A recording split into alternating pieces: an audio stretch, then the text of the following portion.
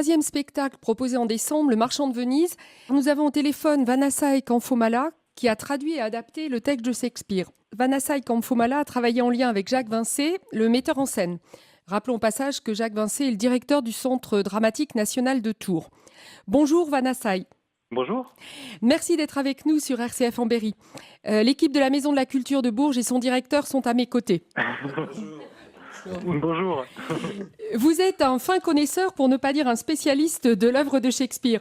Qu'est-ce qui vous a intéressé dans cette pièce ? Ce qui nous a intéressé dans cette pièce, en fait, c'était que par le moyen de cette pièce qui a maintenant plus de 400 ans, on pouvait vraiment aborder des problématiques très très actuelles, donc notamment les problématiques économiques et puis aussi les problématiques de l'exclusion dans la société.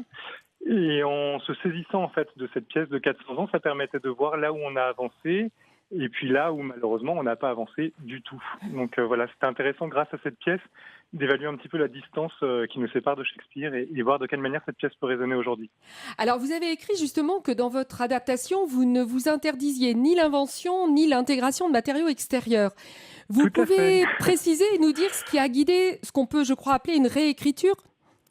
Alors effectivement, il y a une dimension de réécriture, même si l'essentiel de la pièce de Shakespeare est à l'intérieur du spectacle. Ce qui se passe, c'est qu'à l'intérieur du texte de Shakespeare, il y a des formes d'antisémitisme qui aujourd'hui sont, très obsolètes ou très marginales. Or, il nous semble que l'une des choses qui est passionnante dans la pièce de Shakespeare, c'est qu'elle interroge aussi le spectateur par rapport à sa prétendue tolérance. C'est-à-dire que tous, on imagine, en tout cas on aime penser qu'on est tolérant, et puis à la faveur de certains événements ou de certaines circonstances, il y a quelque chose en nous du ressort de l'exclusion qui réapparaît.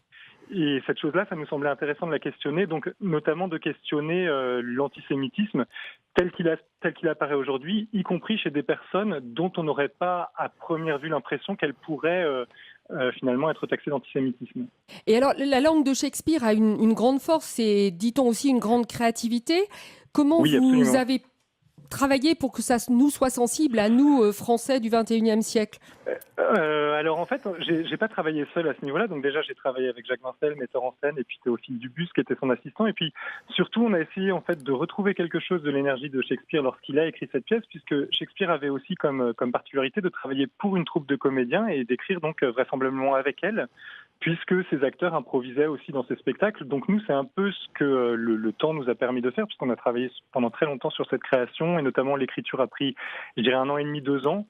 Donc on a pu aussi faire des retours sur les différentes versions du texte avec les interprètes, et donc aussi s'orienter en fonction de leur propre désir de jeu pour ciseler un texte au plus près de leur bouche en fait.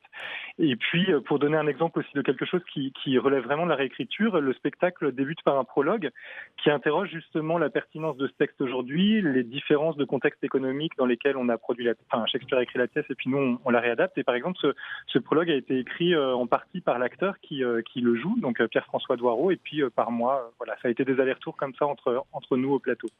Donc vous avez essayé de garder cette dimension collaborative de l'écriture de Shakespeare dans son travail avec sa troupe.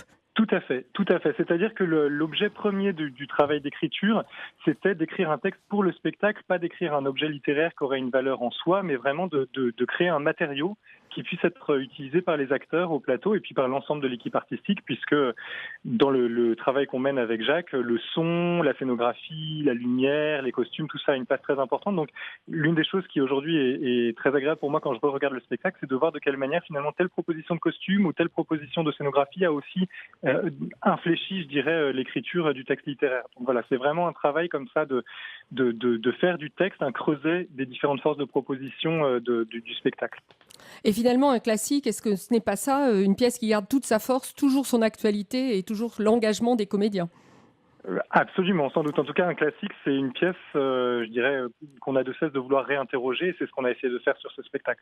Alors je crois, Caroline, Audrey, vous avez vu la pièce. Quelques mots à nous en dire ? Vanasai en parle très bien, et c'est intéressant de voir qu'effectivement tout ce travail qu'on appelle un peu dans notre jargon le travail de plateau, c'est-à-dire où à la fois l'écriture, la mise en scène et tout le dispositif scénique se fait de façon conjointe. Et c'est vrai qu'on a vraiment l'impression que le texte a été écrit pour le comédien qui l'interprète. Et ça, effectivement, ça se ressent dans cette partition-là. Souvent, les textes classiques, parfois, sont peut-être un peu dur pour nos oreilles, on va dire actuelles, et parfois on a un peu de mal à rentrer dedans avec une langue un petit peu et des mots parfois qui sont utilisés qui sont peut-être un petit peu anciens. Or là, c'est d'une fluidité, c'est d'une actualité aussi, enfin d'une résonance qui est très intéressante et qui est très réussie dans cette adaptation.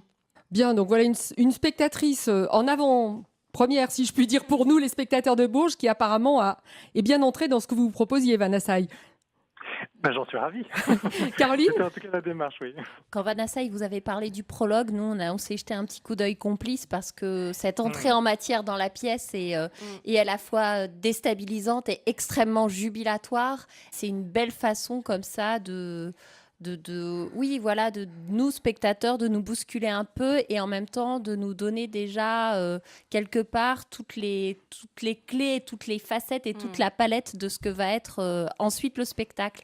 Et avec du recul, je trouve que voilà, cette entrée en matière, elle est très juste et elle est vraiment dans le ton de la suite du spectacle. Donc merci pour ces premières minutes qui sont ébouriffantes. Si je peux juste rebondir là-dessus, ce que je trouve très beau dans ce que vous partagez, c'est que je suis ravi que ça vous déstabilise, parce que pour revenir sur la définition du classique que vous proposiez à l'instant, je crois que la force d'un classique, c'est de continuer non pas à nous apaiser, mais à nous déstabiliser alors que le temps passe, quoi. Et je crois que cette pièce vraiment profondément continue à nous déstabiliser. Vanessa, moi je n'ai pas encore vu le spectacle, mais c'est vrai que j'ai beaucoup parlé avec Jacques il y a déjà assez longtemps, et puis je suis ravi de le découvrir sur le plateau de Bourges. Je voulais juste te dire que c'est encore un argument de plus pour venir voir ce très beau spectacle, c'est que en plus nous aurons le bonheur d'avoir Jacques sur le plateau, et voilà, ce qui est quand même un grand bonheur, parce que pour connaître Jacques, moi depuis quelques années, ça sera la première fois que je le verrai sur un plateau, et c'est vraiment symboliquement, vu le rôle qu'il joue, en plus je trouve que c'est très fort, et je suis vraiment très heureux de l'accueillir bientôt. Et puis Vanessa pour un atelier théâtre aussi. Et Vanessa pour un atelier théâtre, absolument. Alors je précise que les 3 représentations auront lieu mardi 12, mercredi 13 et jeudi 14 décembre à 20h. Un bord de plateau le mardi 12, une séance en audio descriptif le mercredi 13. C'est ça. Et un atelier théâtre samedi 9 et dimanche 10 décembre. Ça, pour se mettre en appétit avant le spectacle. Bon, et bien, beaucoup de belles et riches propositions. À très bientôt. Au revoir. À très bientôt, merci, au revoir. Au revoir. À très bientôt.